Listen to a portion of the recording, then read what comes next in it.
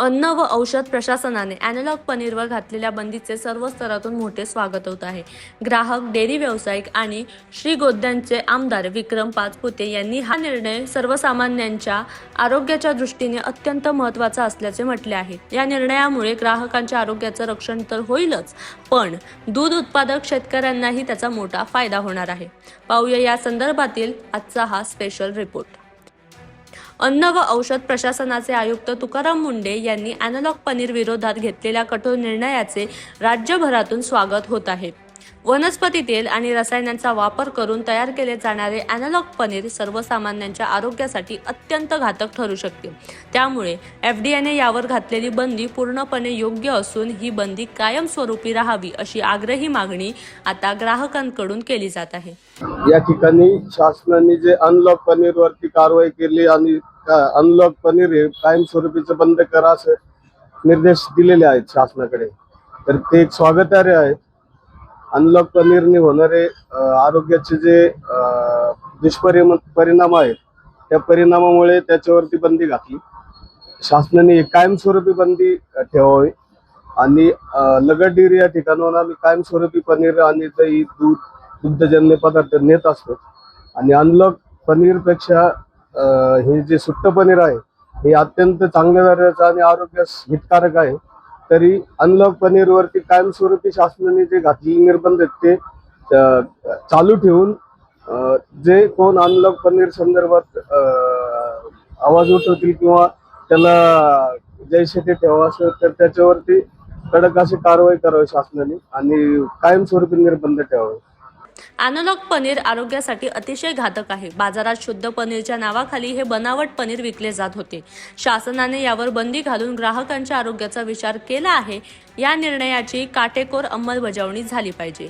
दुसरीकडे गेल्या 15 वर्षापासून पारंपरिक आणि नैसर्गिक पद्धतीने पनीर तयार करणाऱ्या डेअरी व्यावसायिकांनीही या निर्णयावर समाधान व्यक्त केले आहे. बनावट आणि स्वस्त अॅनालॉग पनीरमुळे प्रामाणिकपणे व्यवसाय करणाऱ्या दूध उत्पादकांचे आणि डेअरी चालकांचे मोठे आर्थिक नुकसान होत आहे. माझं नाव संभाजीराम भोनगर. या ठिकाणी लगट डेअरी आणि घी डेपो हे फरक स्थापन करून 8 वर्षापासून या ठिकाणी मी पनीरचा व्यवसाय करतो. साधारण म्हशीच्या दुधापासून आपण पनीर बनवतो.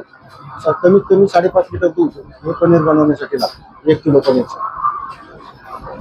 शासनाने अनलॉक पनीर बंदी घातलेली आहे, त्याचा किती परिणाम होईल आणि ग्राहकांचा किती फायदा होईल?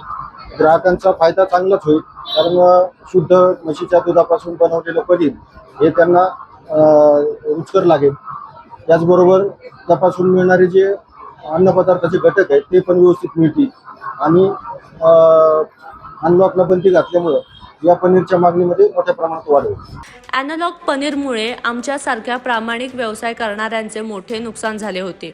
आम्ही ग्राहकांचा विश्वास जपण्यासाठी सातत्याने 100% शुद्ध पनीर तयार करत होतो. शासनाचा हा निर्णय अत्यंत योग्य असून भेसळ करणाऱ्यांवर कारवाई करून याची प्रभावी अंमलबजावणी झाली पाहिजे.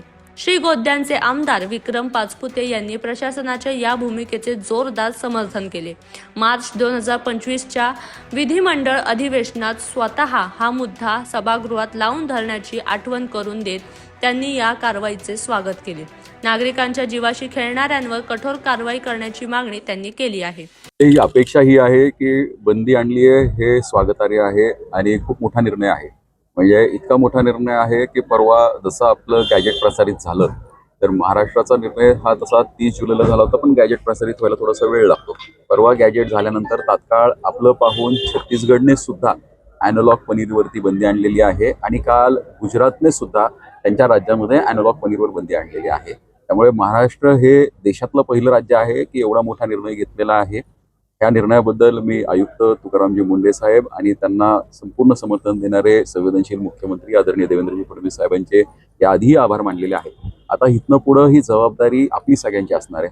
मी आपल्यामार्फत मीडियाला, सोशल मीडियाच्या सर्व इन्फ्लुएन्सर्सला ही विनंती करतो की ही जी बंदी आली ही आपल्या सगळ्यांमुळे होऊ शकली, कारण आपण ती जनजागृती केली होती. त्याच अनुषंगाने आता बंदी आहे याची सुद्धा जनजागृती होणं अतिशय गरजेचं आहे. नियम येतात, पण नियमांचं पालन व्हायचं असेल तर नियम कळणं, नियम लोकांपर्यंत पोहोचवणंही महत्त्वाचं असतं. त्याच पद्धतीने या बंदी संदर्भातल्या माहिती जी काही असेल ती आपण सगळ्यांनी, म्हणजे सर्वच सोशल मीडिया इन्फ्लुएन्सर्सने, संपूर्ण सर्व मीडिया हाऊसेसने तर ही जनतेपर्यंत पोहोच केली तर नक्कीच याचा फायदा ह्या समाजाला होईल, संपूर्ण जनतेला होईल आणि उद्याच्या काळामध्ये जे भेसळखोर आहेत ते 10 वेळेस विचार करतील. म्हणजे काल नुसती बंदी डिक्लेअर झाली, म्हणजे परवा रात्री ही डिक्लेअर झाली. आज दुधाचे बाजारभाव जवळजवळ 1 ते 1.5 रुपयाने प्रत्येक म्हणजे राज्यातील प्रत्येक ठिकाणी 1-1.5 रुपयाने दुधाचे बाजारभाव हे वाढलेले आहेत. जर ही बंदी कडकपणे मेंटेन राहिली तर नक्कीच दुधाला चांगले दिवस येतील. दुधामुळे आमच्या दूध उत्पादक शेतकऱ्यांना चांगले दिवस येतील आणि सगळ्यात महत्त्वाचं, ग्राहकांना त्यांच्या आरोग्याची जास्त चिंता करायची गरज पडणार नाही. कुठेही निर्धास्तपणे आम्हाला आता जेवण करता येईल, सेवन करता येईल. मार्च 2025च्या अधिवेशनात मी स्वतः अॅनालॉग पनीरचा विषय सभागृहात उपस्थित केला होता. हा निर्णय लाखो नागरिकांच्या आरोग्याच्या संरक्षणासाठी मैलाचा दगड ठरेल.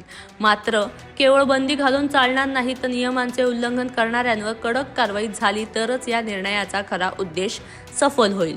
अॅनालॉग पनीरवर बंदी आल्यामुळे आता खऱ्या दुधाची मागणी मोठ्या प्रमाणात वाढणार आहे. 1 किलो शुद्ध पनीर बनवण्यासाठी तब्बल 30 ते 35 लिटर दूध लागते. त्यामुळे या निर्णयाचा थेट फायदा राज्यातील दूध उत्पादक शेतकऱ्यांना होणार असून दुधाचे दर वाढण्यास मदत होईल, असा विश्वास महसूल आणि पशुसंवर्धन मंत्री राधाकृष्ण विखे पाटील यांनी व्यक्त केलाय. ह्या कारवाईमुळं जे भेसळयुक्त दूध बाजारात यायचं बंद झालं, दुधाची मागणी वाढली, दुधाचे भाव कायम राहिले की ह्या काळामध्ये नेहमी दुधाचे भाव पडायचे. त्या भेसळखोरांनी हे सगळं जे काही कांड केलं होतं त्या वर्षामध्ये आम्ही अनेक वेळा प्रयत्न केला आणि पनीर हे दुधापासूनच बनवलं गेलं पाहिजे ही आमची मागणी होती. त्यामध्ये काही भारत सरकारने काही नवीन नियमावली केली होती, त्यामुळे त्यात काही अडचणीत होत्या. पण दुधापासून फक्त जर पनीर बनवलं गेलं तर कमीत कमी 30-35 लाख लिटर दूध हे पनीर बनवण्यासाठी जाईल अशी मला वाटतं. त्यामुळं भाव कमी होण्यापेक्षा भाव वाढण्यामध्ये मदत होईल, शेतकरी बांधवांसोबत त्याचा फायदा होईल. अॅनालॉग पनीरच्या नावाखाली जो ग्राहकांच्या आरोग्याचे खेळ सुरू होता तो अन्न आणि औषध प्रशासनाच्या कारवाईमुळे आता कुठेतरी थांबल्याचं आपल्याला पाहायला मिळत आहे.